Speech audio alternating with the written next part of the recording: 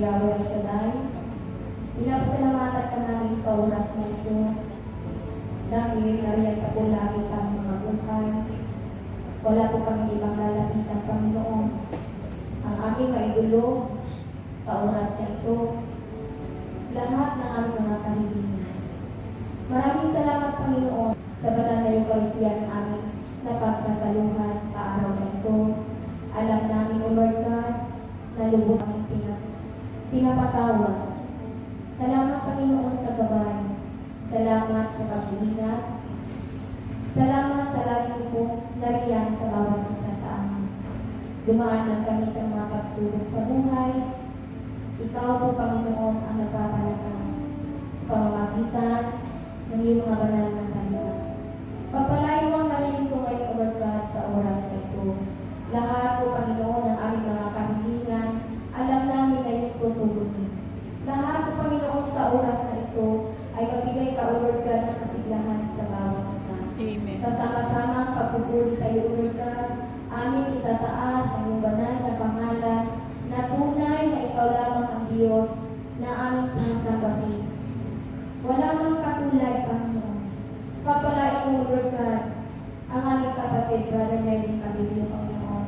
Pagpalain mo ang mga tao sa kanyang mga labi. Sundan mo ito, Lord God, ang himala, papapalat biyaya. Saan man makarating, Panginoon, ang iyong mga banal na salita, magbigay pag-asa sa bawat isa, inspirasyon, kalakasan, Panginoon. Ikaw at ikaw lamang, O Lord God, ang aming lalapitan, anuman ang aming mga pinagdadaanan. Tunay, Panginoon, na wala kami ibang sasabahin, kundi ikaw lamang. Kaya sa araw na ito, inaangkin po namin ang katagumpayan sa buong maghapon na ito. At inaangkin namin, daladala namin, O Lord God, ang answered prayer sa bawat isa. Amen. Sa pangalan mo, Jesus, sa ngalan ng Ama, ng Anak, at ng Espiritu Santo. Amen. At tinitiyak sa atin, mga kapatid, kahit po may mga inaalok sa atin na tingin natin makapag-aayos ng bukas natin, kailangan hingin natin sa Panginoon ang discernment na galing sa Kanya. At sinasabi po dito, kung dadalangin tayo sa Panginoon, ihahayag ito sa atin ng Panginoon. Amen. Nakukuha nyo? Kasi ito ang ugali natin sa prayer. Ang ugali natin sa prayer, minamadali natin ang Panginoon na ihatid sa atin ang katugunan ng panalangin. Mananalangin ka pagising sa umaga, pero hindi ka pa nakapag-amen, yung paa mo palabas na ng pintuan. Dapat magkaroon ka ng quiet moment, quiet time sa Panginoon. Magbigay ka ng panahon, kahit mga 30 minutes. Doon ka lamang sa loob ng kwarto, hilingin mo katugunan ng Panginoon. At kung sa gabi po huwag kayong matutulog, ayaw kayong mananalangin. Kung kailang antok na kayo. Alam niyo ba, kahit naguhugas kayo ng pinggan, pwede na ninyong kausapin ng Panginoon. Lord, ang nilugasan kong pinggan na ito, anong gagawin ko po? Tulungan mo ako, turuan mo ako. At tinitiyak ko sa atin mga kapatid, tutugunin tayo ng Panginoon. At ihahayag niya sa atin ang dulang, sabi dito, the prophet convey. Ipararating ang mga bagay na mahiwaga na hindi mo nauunawaan. Bago ko po tapusin ang topic na ito, nais kong dalhin sa inyo ang isang kasaysayan. 2 verse lang ito na binanggit po sa Biblia. 1 Chronicle chapter 4 verse 9 and 10. Kung kilala niyo si Jabez, mga kapatid, sabi dito si Jabez ay higit na marangal kaysa mga kapatid niya. Jabez ang itinawag sa kanya sapagkat ito ang wika ng kanyang ina. Ipinanganak ko siya sa gitna ng hapis. Ngunit tumawag si Jabez sa Diyos ng Israel at sinabi, pagpalain po ninyo ako, malawakin ninyo ang aking lupain, ilayon na ako sa kapahamakan para hindi ako mahirapan, at ipinagkaloob naman ng Diyos ang kanyang kahilingan. 2 verse lang ito, mga kapatid. Kung papansinin po ninyo ang pagkakasulat ng Chronicles, parang naisingit lang ang pangalan ni Jabez, pero binigyan kong kahulugan. Si Jabez po ay isinilang sa hapis at ayon sa mga komentaris na napakinggan ko, tila ayaw na ng kanyang ina. na ipanganak ang batang ito sapagkat ng panahon iyon, nasa panahon ng kahirapan hapis ang kanilang buhay.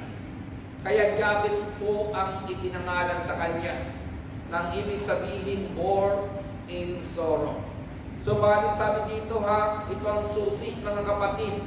Ito ang koneksyon sa binabanggit ko sa inyo sa Jeremiah chapter 33 verse 3. Ngunit tumawag si Jabez sa Diyos ng Israel. Kanino tumawag si Jabez? Sa Diyos ng Israel. Nang panahon iyon, mga kapatid, marami pong Diyos ang tinatawagan ang mga tao noon.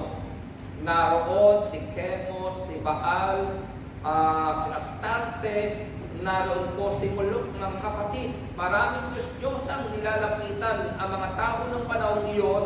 Meron Diyos ang tungkol sa pag-ibig, meron po sa kasaganaan, meron po sa bukirin. Pero ang sabi ng ating binasa, ang tinawagan po ni Jabez ang Diyos ng Israel na tinatawagan po natin sa ating panalangin, walang iba kundi si El Shaddai.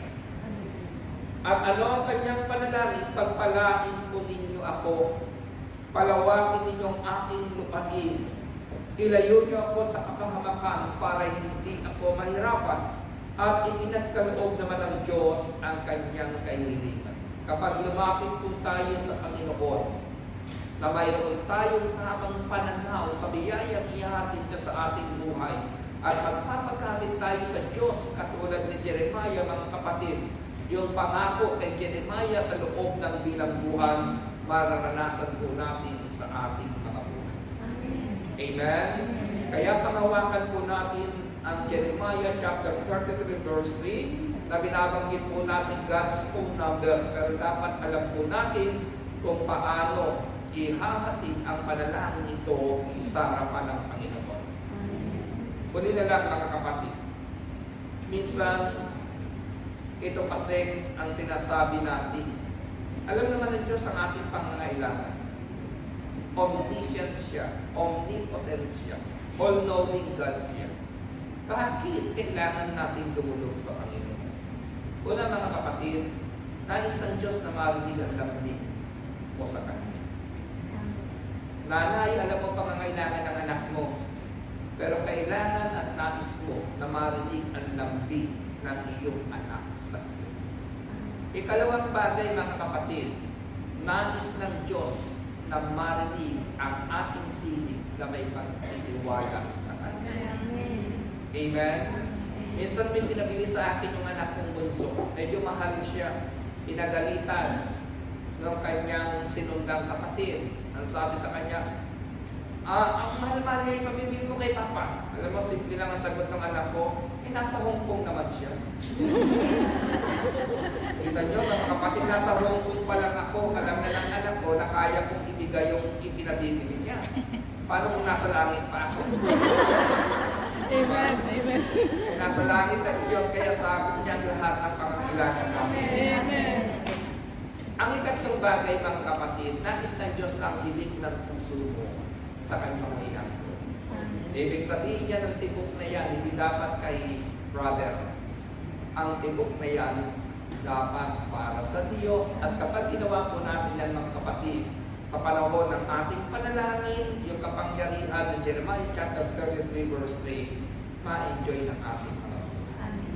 Kayo tayong lahat at sa oras na ito, itaas po natin ang ating mga dalangin, prayer Panginoon ang ay at ulitin ko ang sabi ng Jeremiah chapter 33 verse 3, kung tatawag ka sa akin, tutugunin kita at ipapahayag ko sa iyo ang mga bagay na may waga na hindi mo nauunawa. Iyon nyo ang inyong mga ulo, dikit ang inyong mga mata at patuloy po natin ibigay ang tibok ng ating puso sa Panginoon.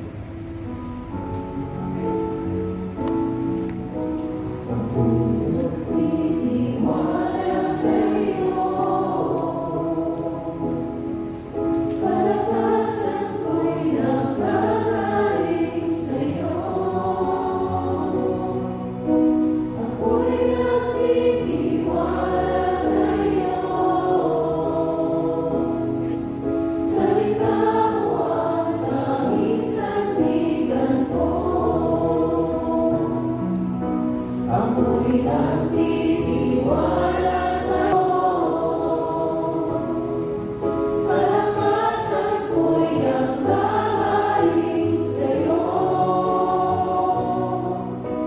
ako'y